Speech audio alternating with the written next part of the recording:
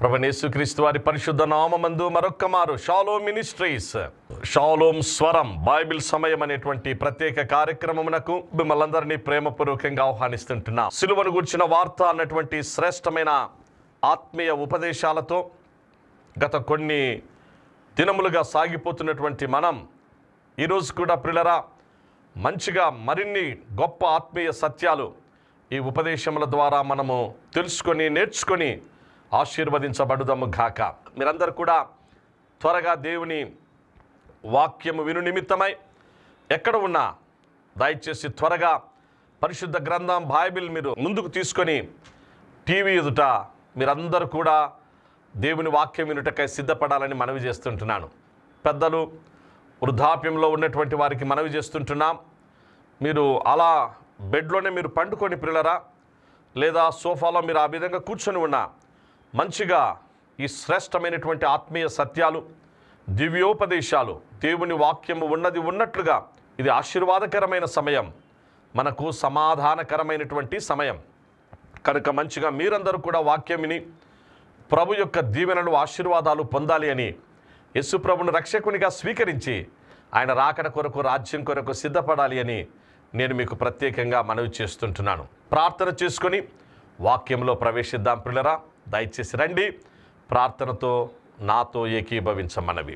శాశ్వతమైన ప్రేమతో ప్రేమిస్తున్నటువంటి మా ప్రియ పరలోకపు తండ్రి, మా రక్షణకర్తవైన గొప్ప దేవా, నీకే ఘనత మహిమ స్తుతి చెల్లిస్తున్నాం. ఇదిగో నీ పిల్లలు నీ స్వరము వినుటకై దేవా నీ సన్నిధానమందు టీవీ ఎదుట వారు మరి ప్రభువా ఆసక్తితో ఎదురు చూస్తున్నారు. నీ పిల్లలందరితో మీరు మాట్లాడండి. నీ వాక్యము నన్ను బ్రతికించి ఉన్నది. నా బాధలో ఇదే నాకు నెమ్మది కలిగించుచున్నది అన్నటువంటి నీ లేఖనముకై నీకు వందనములు స్తోత్రములు చెల్లిస్తున్నాం. నీ వాక్యమే మమ్మల్ని బ్రతికించును గనుక అట్టి నీ వాక్యం ద్వారా తండ్రి మీ పిల్లలందరినీ మీరు బ్రతికించమని, ఆత్మీయంగా వెలిగింప చేయమని, ఆత్మీయంగా నీ గొప్పదైన రక్షణ భాగ్యం ప్రసాదించమని, అలాగూ ఆత్మీయంగా నీ కుమారుడు యేసుక్రీస్తు వారిని రక్షకునిగా కలిగి ఆయన రాకడ కొరకు రాజ్యం కొరకు సిద్ధపాటు ప్రసాదించమని యేసునామమందే దీన మనసుతో ప్రార్థించి వేడుకుంటున్నాం మా తండ్రి, ఆమేన్. మా ప్రియ సహోదర సహోదరులారా, పరిశుద్ధ గ్రంథం నుండి మన టెక్స్ట్ సుపరిచిత భాగం అందరూ కూడా బైబిల్ తెరచి అపోస్తలుడైన పౌలు కొరింథీయులకు రాసిన మొదటి పత్రిక 1వ అధ్యాయము 18వ వచనాన్ని అందరు కూడా చదవాలని మనవి చేస్తూ ఉంటున్నాను. సిలువను గూర్చిన వార్త నశించుచున్న వారికి వెర్రితనము, కానీ రక్షింపబడుచున్న మనకు దేవుని శక్తి. మా ప్రియ సహోదర సహోదరులారా, దేవుని శక్తి సిలువను గూర్చిన వార్త కనుక ఈ వాక్యం వింటున్న మనమందరం కూడా దేవుని శక్తిని పొందు నిమిత్తమై, ఆశీర్వాదాలు మనకు మన ఇంటిలోనికి వచ్చు నిమిత్తమై దయచేసి అందరూ మంచిగా దేవుని వాక్యాన్ని ఆలకిద్దాం. యేసు ప్రభువు వారిని ఆయనను సిలువ వేసి అలాగూ ఆయన కల్వరి కొండలో గొల్గొతా అనబడినటువంటి స్థలంలో ఆ సిలువలో వ్రేలాడదీయబడుట మనం చూస్తున్నాం ప్రియులరా. గత కొన్ని దినములుగా ఈ గొప్పదైనటువంటి ఆత్మీయ సత్యాలు మనం తెలుసుకుంటూ వస్తున్నాం. యేసు ప్రభువు వారు ఎలాగూ సిలువలో వ్రేలాడదీయబడ్డారు, సమయం ఎంతైంది, ఆ సమయంలో ఆయన ఎప్పుడెప్పుడు ఏ ఏ మాటలు మాట్లాడారు అన్నటువంటి విషయాలు, ఆ 7 మాటల్లో 4 మాటలు ఎలా వార్తలుగా ఉండిపోయాయో, మిగిలిన 3 మాటలు ఎలా సువార్తలుగా ఉండిపోయాయో మనము నేర్చుకుంటూ వచ్చాం. యేసు ప్రభువారు పలికిన మొదటి మాట క్షమావార్తగా ఉంది అని, ప్రభువారు పలికిన 2వ మాట రక్షణ వార్తగా ఉందని, ప్రభువారు పలికిన 3వ మాట ఆదరణ వార్తగా ఉన్నదని, ప్రభువారు పలికిన 4వ మాట శ్రమ వార్తగా ఉన్నదని, అలాగూ తండ్రి చేయి విడిచిన వేళ ఇక ఉండుట ఇంకది క్షేమకరం కాదు, తండ్రి చేయి విడిచిన వేళ ఇంకా తండ్రి యొద్దకు చేరుట అది క్షేమకరము, మంచిది, తండ్రి చిత్తాన్ని నెరవేర్చినటువంటి కుమారుడైనటువంటి యేసు ప్రభువారు వెనువెంటనే మిగిలినటువంటి 3 మాటలు పలుకుట మనం చూస్తూ ఉన్నాం. ఇంచుమించు 3 గంటల వేళ జరిగినటువంటి సంభవం, ఆ సంఘటన అది ప్రియులరా. వెంటనే ప్రభువారు పలికిన లేఖనములు నెరవేరునట్లు దప్పిగొనుచున్నాను. అది నెరవేర్పు సువార్తగా ఉన్నది. లేఖనములు నెరవేరునట్లు సమాప్తమైనది, అది సంపూర్ణ సువార్తగా ఉన్నది. ప్రియులారా, లేఖనములు నెరవేరునట్లుగా తండ్రి నీ చేతికి నా ఆత్మను అప్పగించుచున్నాను. ఆ మాట కూడా అది శాశ్వత సువార్తగా ఉండిపోయింది. లేఖనములు నెరవేర్చబడుట, ఈ విషయాలన్నీ కూడా రాబో దినాల్లో మరింత డీప్గా లోతైనటువంటి ఆత్మీయ సత్యాలు, ఎలాగూ స్క్రిప్చర్స్ వర్ ఫుల్ఫిల్డ్ ఎలాగూ అనేటువంటి విషయాలు మనము రాబో వర్తమానాల్లో తెలుసుకుందాం. ఈ దినమందు యేసు ప్రభువారు ఎప్పుడైతే గొప్ప శబ్దముతో కేక వేసి ప్రాణము విడిచి తండ్రి చేతికి తన ఆత్మను అప్పగించుకున్న వేళ జరిగినటువంటి సంభవాలలో ఒక సంభవాన్ని గురించి ఈ దినమందు మీతో నేను వాక్యం ద్వారా మాట్లాడి ఆత్మీయ సత్యాన్ని తెలియపరచుటకు ఇష్టపడుచున్నాను. ప్రియులారా, ఎప్పుడైతే యేసు ప్రభువారు అలాగూ గొప్ప శబ్దముతో కేక వేసి ప్రాణం విడిచినప్పుడు జరిగినటువంటి సంభవాలు 7 సంభవాలు ఉన్నవి అనే మాట నిన్నటి దినాన మనము తెలుసుకున్నాం. తిరిగి మరొక్క మారు దయచేసి రండి. మత్తయి సువార్త 27వ అధ్యాయము 45వ వచనము నుండి ఆ భాగాలు నాతో కలిసి మీరు మంచిగా చదవాలని మనవి చేస్తున్నా. మధ్యాహ్నం మొదలుకొని 3 గంటల వరకు ఆ దేశమంతటను చీకటి కమ్మెను. ఇంచుమించు 3 గంటలప్పుడు యేసు ఏలీ ఏలీ లామా సబక్తాని అని బిగ్గరగా కేక వేసెను. ఆ మాటకు నా దేవా నా దేవా నన్నెందుకు చెయ్యి విడిచితివని అర్థము. అక్కడ నిలిచి ఉన్న వారిలో కొందరు ఆ మాట విని ఇతడు ఏలియాను పిలుచుచున్నాడనిది. వెంటనే వారిలో ఒకడు పరిగెత్తుకొని పోయి స్పంజి తీసుకొని చిరకాలో ముంచి రెల్లున తగిలించి ఆయనకు త్రాగనిచ్చెను. తక్కిన వారు ఊరకుండుడి, ఏలియా అతని రక్షింపవచ్చునేమో చూతమనిరి. యేసు మరలా బిగ్గరగా కేక వేసి ప్రాణము విడిచెను. దయచేసి ఇప్పుడు గమనించండి. అప్పుడు దేవాలయపు తెర పైనుండి క్రింది వరకు 2గా చినిగెను, భూమి వణకెను, బండలు బ్రద్దలాయను, సమాధులు తెరవబడెను. నిద్రించిన అనేక మంది పరిశుద్ధుల శరీరములు లేచెను. వారు సమాధులలో నుండి బయటికి వచ్చి ఆయన లేచిన తరువాత పరిశుద్ధ పట్టణములో ప్రవేశించి అనేకులకు అగపడిరి. యేసు ప్రభువారు ఎప్పుడైతే ఆ గొప్ప శబ్దముతో కేక వేశారో, ఆ కేక వేసి తన ప్రాణం విడిచినటువంటి వేళ 7 ప్రధానమైనటువంటి సంఘటనలు అక్కడ జరిగాయి.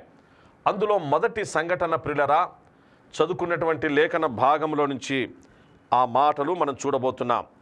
దేవాలయపు తెర 2గా చినిగిపోవుట, 2వది భూమి వణకుట, 3వది బండలు బ్రద్దలవుట, 4వది సమాధులు తెరువబడుట, 5వది నిద్రించిన అనేకుల పరిశుద్ధుల శరీరములు లేచుట, 6వది దేశమంతటా చీకటి క్రమ్ముట, 7వది సూర్యుడు అదృశ్యమవుట.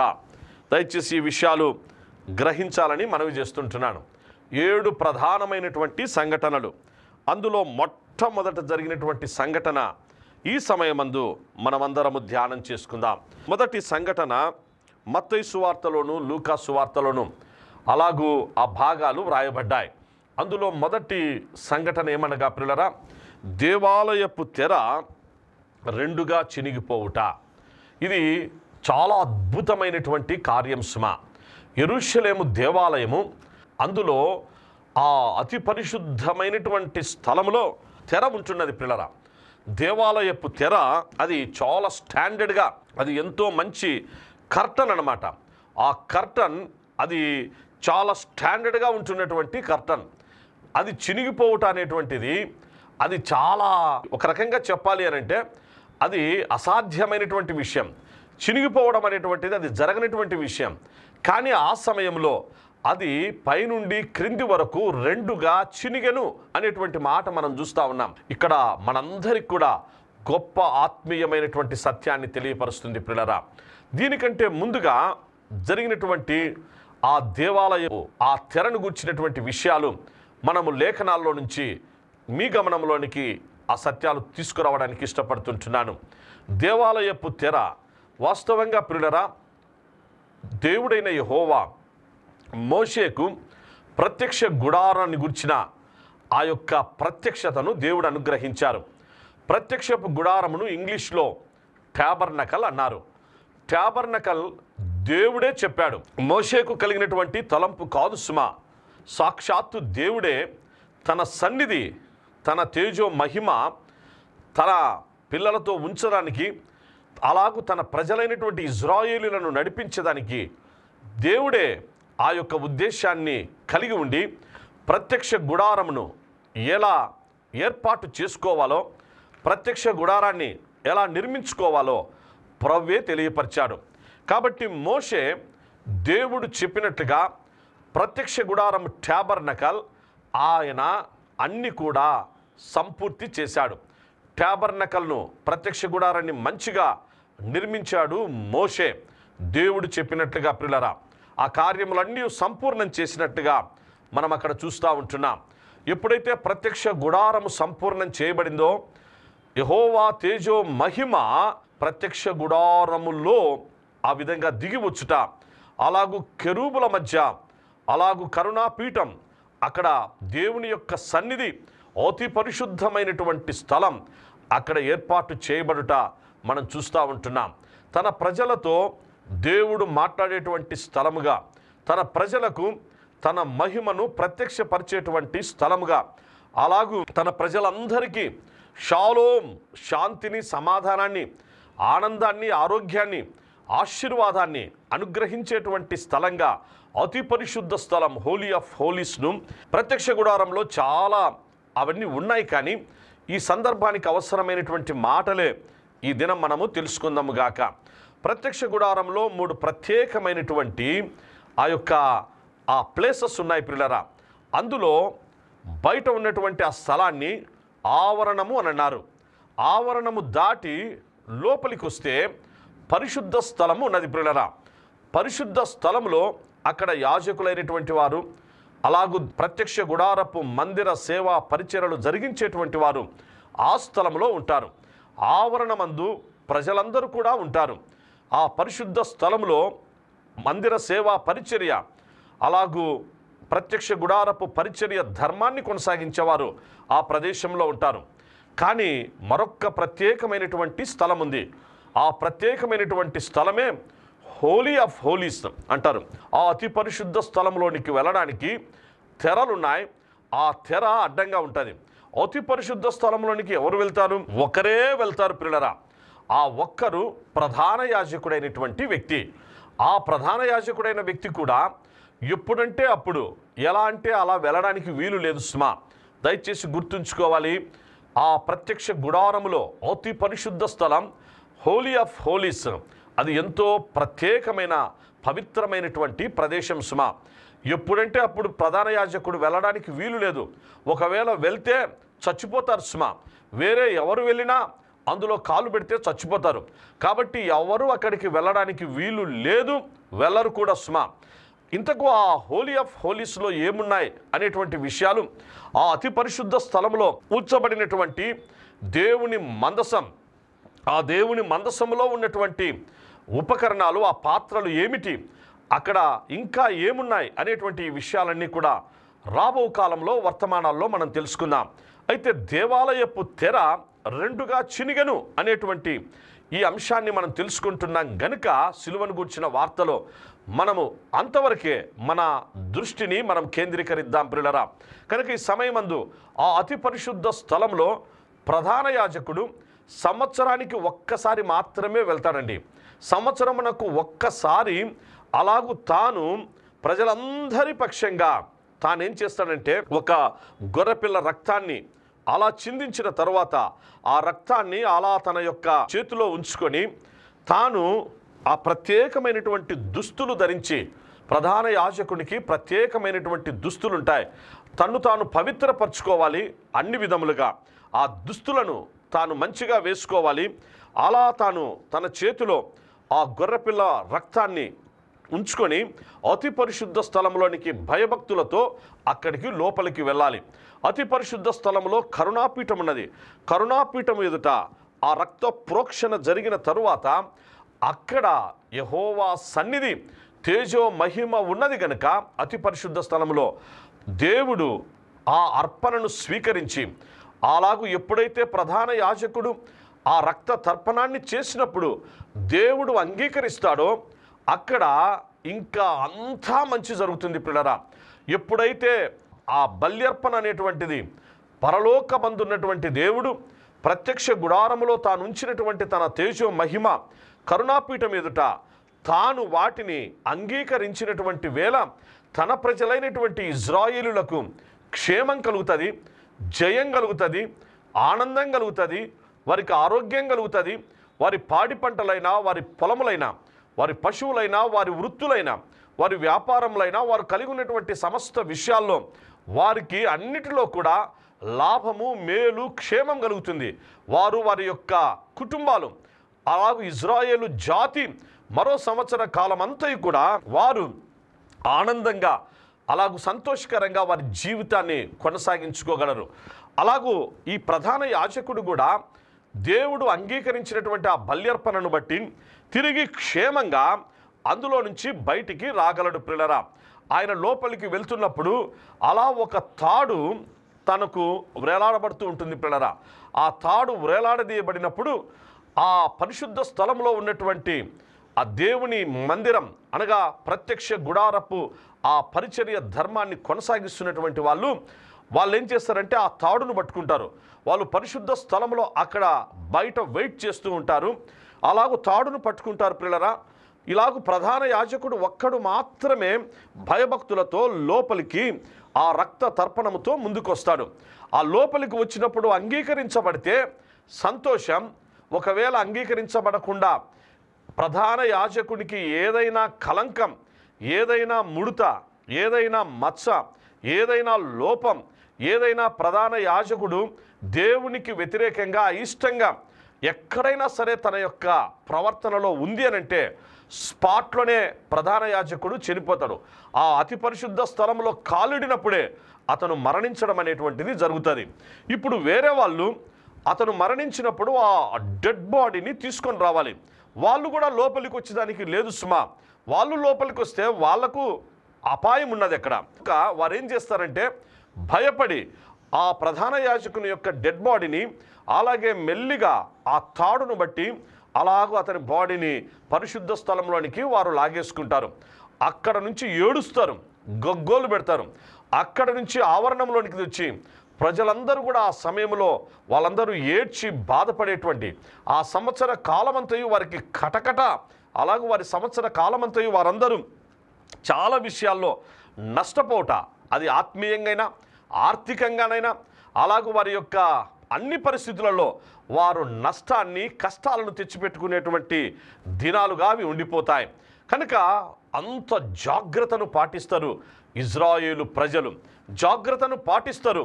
ప్రత్యక్ష గుడారపు పరిచర్య ధర్మాన్ని కొనసాగించేటువంటి ప్రధాన యాజకులైనటువంటి వారు. కనుక ఇది విధిగా వారికి ఉంటున్నటువంటి విషయాలు. ప్రియులారా, మనము పాత నిబంధన గ్రంథంలో ఆ విషయాలన్నీ మనం చూడగలం. అలాగూ ఎప్పుడైతే దేవుడు వారి అర్పణను అంగీకరిస్తాడో అక్కడ నుంచి వారికి పండుగలు కూడా ప్రారంభమవుతాయి. యెహోవా నియామక పండుగలు వాటిని అంటాం. అర్పణలు 5 విధములుగా అర్పణలు ఉన్నాయి. ఆ 5 అర్పణలు అయినా లేకపోతే యెహోవా నియామక పండుగలైన 7 పండుగలు అవన్నీ కూడా దేవుడు అంగీకరించిన మీదటనే ఇవన్నీ కూడా ప్రారంభమై ఇజ్రాయేలు ప్రజలకు సంతోషాన్ని, క్షేమాన్ని, ఆనందాన్ని, ఆరోగ్యాన్ని, ఆశీర్వాదాన్ని ఇస్తాయి. ఇది వారి మధ్యలో ఉన్నటువంటి ఆ విధి. అందరికీ అర్థమైంది అనుకుంటాను. అనగా అతి పరిశుద్ధ స్థలంలోనికి వెళ్ళుటకు తెర అనేటువంటిది అడ్డముగా ఉన్నది. ఆ అతి పరిశుద్ధ స్థలంలోనికి ప్రధాన యాజకుడు మాత్రమే సంవత్సరానికి ఒక్కసారి మాత్రమే వెళ్ళవలసినటువంటి పరిస్థితి ఉన్నది. ఇది మీ అందరికి కూడా అర్థమైందని నేను భావిస్తూ ఉంటున్నాను. ఇప్పుడు గ్రహించండి ప్రియులారా, అట్టి దేవాలయపు తెర యెరూషలేములో అనగా ఆ కాలక్రమంలో జరిగినటువంటి సంభవాలు, పరిస్థితులలో టాబర్నకల్ నుంచి టెంపుల్లోనికి అవన్నీ కూడా మార్చివేయబడుట మనం చూస్తుంటున్నాం. చాలా కాలం టాబర్నకల్ ఉండిపోయింది ప్రియులారా. ప్రత్యక్ష గుడారము అవన్నీ కూడా ఉండిపోయాయి. కానీ దావీదు కాలము నాటికి దావీదు దేవుని కొరకై ఆలయాన్ని కట్టాలనుకున్నాడు. కానీ దేవుడు ఒప్పుకోలేదు. అలాగూ దావీదుకు దేవుడు సెలవిచ్చాడు, నీ గర్భవాసమున పుట్టబోవు కుమారుడు, అతని ద్వారా ఆలయం కట్టబడుతుంది అని. కాబట్టి దావీదు కుమారుడైనటువంటి సొలొమోను కాలమందు మందిరము కట్టబడుట మనం అక్కడ చూస్తూ ఉంటున్నాం. అనగా టెంపుల్ అనేటువంటిది ఫస్ట్ టైం ప్రపంచ ప్రఖ్యాతి చెందిన ప్రసిద్ధి చెందినటువంటి దేవాలయం యెరూషలేమునందు సొలొమోను దేవుని మహిమార్థమై కట్టించుట చూస్తున్నాం.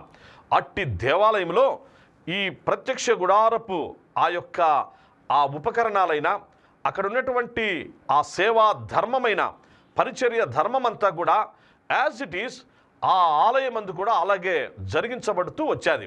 అనగా ఆలయంలో కూడా అతి పరిశుద్ధ స్థలం అనేటువంటి ఆ ప్రదేశం అక్కడ ఏర్పాటు చేయబడుట మనం చూస్తూ ఉంటున్నాం. యెహోవా తేజో మహిమ షెకీనా గ్లోరీ అక్కడ దిగి వచ్చుట సొలొమోను ప్రార్థనలో మనం అక్కడ చూస్తూ ఉంటున్నాం. కనుక ప్రియ సహోదరుడా సహోదరి, ఇవన్నీ జరిగినటువంటి చారిత్రాత్మకమైనటువంటి సంఘటనలు.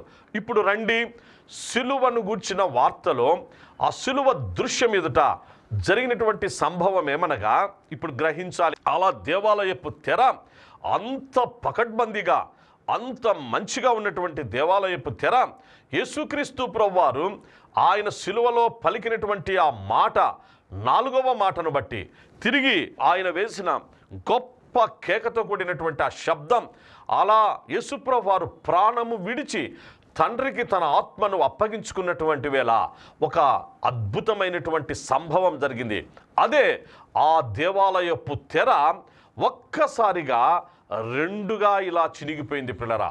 దేవాలయపు తెర ఇది వాస్తవంగా ఇది అసంభవమైనటువంటి విషయం మానవరీత్యా ఆలోచన చేస్తే.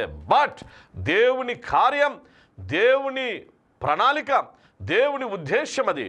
ఎందుకనగా బాగా గ్రహించాలి పిల్లరా, దేవాలయపు తెర అలా ఎప్పుడైతే చినిగిపోయిందో అక్కడ ఉన్నటువంటి వారందరికీ కూడా, వారు సద్దూకయ్యులు కావచ్చు, వారు పరిసయ్యులు కావచ్చు, వారు శాస్త్రులు కావచ్చు, లేకపోతే వారు ప్రధాన యాజకులు కావచ్చు, లేకపోతే మరెవరైనా కావచ్చు సుమా, అక్కడ ఆ పరిచర్యలో కొనసాగించబడుతున్నటువంటి ఎవరైనా వారందరూ కూడా భయభ్రాంతులయ్యారు. వారందరూ కూడా కలవరపడేటువంటి పరిస్థితి వచ్చింది. దేవాలయపు తెర చినిగిపోయిందంటే మామూలుగా యూదులైనటువంటి వారికి ప్రియులరా, ఇజ్రాయేలులైనటువంటి వారికి దేవాలయము ప్రాణంగా భావిస్తారు. దేవాలయమే వారి ఊపిరిగా, వారి ప్రాణంగా భావిస్తారు పిల్లరా. ఆ దేవాలయపు తెర చినిగిపోయింది అని అంటే ఇప్పుడు వాళ్ళందరూ కూడా కలవరపడ్డారు. ఆ కలవరపడడానికి కూడా కారణం యేసుక్రీస్తు ప్రభును వారు సిలువ వేశారు గనుక. రెండవది, యేసుక్రీస్తు ప్రభు సిలువలో ఎప్పుడైతే ఆయన తన ప్రాణాన్ని విడిచాడో, తండ్రికి తన ఆత్మను అప్పగించుకున్నాడో, దేవాలయపు తెర అలా చినిగిపోయింది. ఇప్పుడు గ్రహించాలి, అలా చినిగిపోయినటువంటి ఆ సంభవం మనందరికీ నేర్పేటువంటి ఆత్మీయమైనటువంటి పాఠం ఏమనగా, ఇవాళ మనమందరం కూడా అయోగ్యులము, అనర్హులము, ఎంత మాత్రము ఆ ధన్యత లేనటువంటి వారం, ఆధిక్యత లేనటువంటి వారమైన మనమందరము కూడా అలాగూ పరిశుద్ధ స్థలములోను, అతి పరిశుద్ధ స్థలములోను ఆయన కృపాసనం యొద్దకు చేరడానికి మనందరికీ కూడా భాగ్యము లభించింది, ధన్యత లభించింది. మనమందరం కూడా ఒకసారి గట్టిగా హల్లెలూయా చెప్దాం పిల్లరా. మీరందరూ టీవీ ఎదుట ఉన్నటువంటి అందరూ కూడా ఒక్కసారిగా గట్టిగా, దేవుడు నీకు నాకు మనందరికి ఇచ్చినటువంటి భాగ్యం, అతి పరిశుద్ధ స్థలంలోనికి మనందరికీ కూడా ప్రవేశము కలిగినది. ఒకప్పుడు ప్రధాన యాజకుడు మాత్రమే వెళ్ళేవాడు, సంవత్సరానికి ఒక్కసారి మాత్రమే వెళ్ళేవాడు. కానీ యేసుక్రీస్తు ప్రభు యొక్క సిలువ కార్యం వాటన్నిటిని కూడా దూరం చేసి ధర్మశాస్త్రమును నెరవేర్చి, అలాగూ ధర్మశాస్త్ర సంబంధమైనటువంటి క్రియల మూలముగా ఎవరు నీతిమంతుడిగా తీర్చబడలేరు గనుక యేసుక్రీస్తు ప్రభు యొక్క సిలువ కార్యం ద్వారానే, కృప ద్వారానే రక్షణ కలుగుతుంది గనుక ఆ యేసుక్రీస్తు ప్రభువారు ఆ గొప్పదైనటువంటి కార్యాన్ని జరిగించారు. అలాగూ దేవాలయపు తెర 2గా చినిగిపోయింది. పరిశుద్ధ స్థలంలోనికి మనందరికి కూడా ప్రవేశం కలిగింది ప్రియులరా. ప్రభునామమునకు మహిమ కలుగునుగాక. అలాగూ మనమందరం కూడా ఇవాళ సహోదర సహోదరులారా, దేవునికి మనము కుమారులమయ్యాం, దేవునికి మనము కుమార్తెలమయ్యాం. అందుకే పేతురు గారు ఆయన పరిశుద్ధాత్మ ప్రేరణతో వ్రాసినటువంటి తన పత్రికలో అంటున్నారు కదా, పేతురు రాసిన మొదటి పత్రిక 2వ అధ్యాయము 9-10 వచనాలు. అయితే మీరు చీకటిలో నుండి ఆశ్చర్యకరమైన తల వెలుగులోనికి మిమ్మును పిలిచిన వాని గుణాతిశయములను ప్రచురము చేయు నిమిత్తము ఏర్పరచబడిన వంశమును, రాజులైన యాజక సమూహమును, పరిశుద్ధ జనమును, దేవుని సొత్తైన ప్రజలునై ఉన్నారు. ఒకప్పుడు ప్రజగా ఉండక ఇప్పుడు ఒకప్పుడు కనికరింపబడక ఇప్పుడు కనికరింపబడిన వారైతిరి. ప్రభునామమునకు మహిమ కలుగునుగాక. Hallelujah. Once we were in darkness, ప్రియ సహోదరుడా సహోదరి, once we were in darkness, but God the almighty, He called us out of darkness into His wonderful light. నిన్ను నన్ను ఆ ప్రేమ కలిగినటువంటి ప్రభు పిలిచాడండి. చీకట్లో నుంచి మనల్ని పిలిచినాడు. He called us out of darkness into His wonderful light. ఆయన ఆశ్చర్యకరమైనటువంటి వెలుగులోనికి పిలిచినాడు. వెలుగులోనికి పిలిచినటువంటి ప్రభు అనగా ఆ సిలువ కార్యం ద్వారా మాత్రమే ప్రభు నిన్ను నన్ను ఆయన తన సొత్తుగా చేసుకున్నాడు. యేసు ప్రభు యొక్క సిలువ కార్యం ద్వారా కాకుండా ఇంకా వేరే దారి లేదు, వేరే పద్ధతి లేదు, వేరే మార్గము లేదు సుమా. యేసుక్రీస్తు ప్రభు సిలువ కార్యము ద్వారానే మనమందరము కృప వెంబడి కృపను పొందగలిగాం. మనమందరము తండ్రికి మనము సమీపస్తులమయ్యాం. కనికరింపబడని మనము కనికరింపబడ్డాం. ఒకప్పుడు దేవుని ప్రజలుగా ఉండని మనము ఇవాళ దేవుని ప్రజలయ్యాం. మునుపు దూరస్థులమైనటువంటి మనం ఇప్పుడు సమీపస్థులమయ్యాం. ఇవాళ మనమందరం కూడా పరలోకపు తండ్రికి కుమారులు కుమార్తెలుగా చేయబడ్డాం. అంత మాత్రమే కాదు సుమా, ఒక అద్భుతమైనటువంటి సత్యం ఏంటంటే ఆనాడు రాజులు ఉండేటువంటి వాళ్ళండి. ఈ రాజులైనటువంటి వారు, యాజకులైనటువంటి వారు, ప్రధాన యాజకులైనటువంటి వారే ప్రత్యక్ష గుడారములోనైనా అలాగూ నెక్స్ట్ దేవాలయము ఈ కార్యక్రమాల్లోనైనా వాళ్ళే ఆ విధంగా ముందుకు వచ్చి అవన్నీ కూడా జరిపించుకుంటూ చేసుకునేటువంటి దినాలు. కానీ ఇవాళ యేసుక్రీస్తునందు సిలువ కార్యం ద్వారా ప్రియ సహోదరుడా సహోదరి, ఆ యాజకులు ఇవాళ లేరు సుమా. ప్రధాన యాజకులు లేరు, రాజులు లేరు. ఇవాళ వారందరూ కూడా దూరం చేయబడ్డారు. అయితే గొప్ప ఆత్మీయ సత్యం, మనందరికీ సంతోషకరమైనటువంటి సువర్తమానం ఏమనగా ఆ రాజులు ఇవాళ నీవు నేనే. హల్లెలూయా. ప్రభునామమునకు మహిమ కలుగునుగాక. ఆ యాజకులు నీవు నేనే. అందుకే ప్రభు అంటున్నాడు, రాజులైన యాజక సమూహం మీరు నాకు. Once you were in darkness, but I have called you out of darkness into my wonderful life. And I have now made you to be the royal priesthood for my glory అని అంటున్నాడు.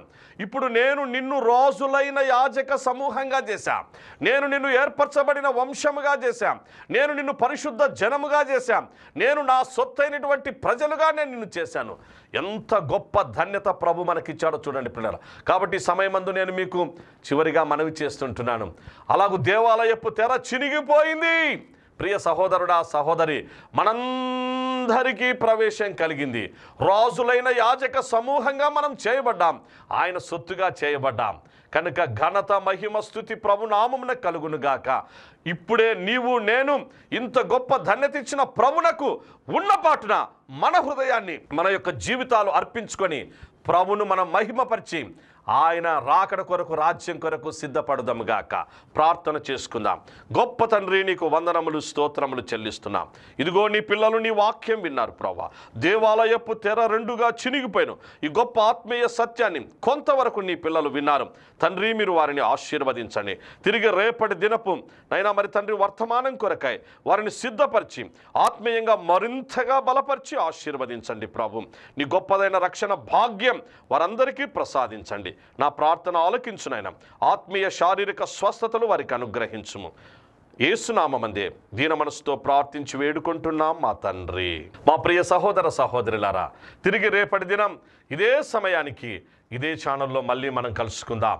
దయచేసి ఈ గొప్ప ఆత్మీయ సత్యాలు తెలుసుకుంటున్నటువంటి మనం, రాజులైన యాజక సమూహమైనటువంటి మనం మరింత గొప్ప ఆత్మీయ సత్యాలతో రేపటి దినపు వర్తమానం కొరకై సిద్ధపడదాం. దయచేసి అందరూ కూడా టీవీలో కనిపిస్తున్నటువంటి ఆ ఫోన్ నెంబర్స్, అడ్రస్నకు మీరు సంప్రదించి ఆత్మీయమైనటువంటి మేలులు మీరు పొంది అలాగూ ప్రభు రాకడ కొరకు సిద్ధపడవలసిందిగా కోరుకుంటూ అట్టి ధన్యతను పరిశుద్ధాత్మదేవుడు మీకు అనుగ్రహించాలి. Thank you and all. God bless you.